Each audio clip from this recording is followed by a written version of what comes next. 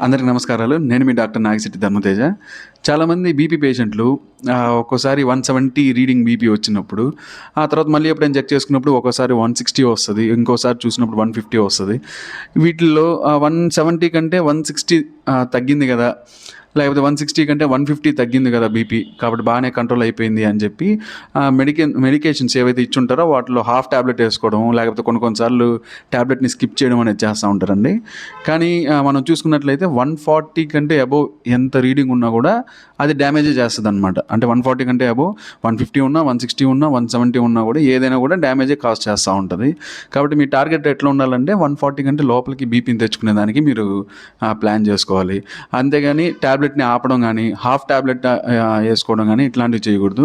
రెగ్యులర్‌గా మీ బీపీ 140 కంటే లోపలికి తెచ్చుకున్న తర్వాత ఆ రీడింగ్స్‌ని మీ డాక్టర్ దగ్గర చూపిచ్చి, డాక్టర్ ప్రిస్క్రైబ్ చేసిన విధంగా మీరు టాబ్లెట్ డోసెస్ అనేది అడ్జస్ట్ చేసుకోవాలి. Thank you.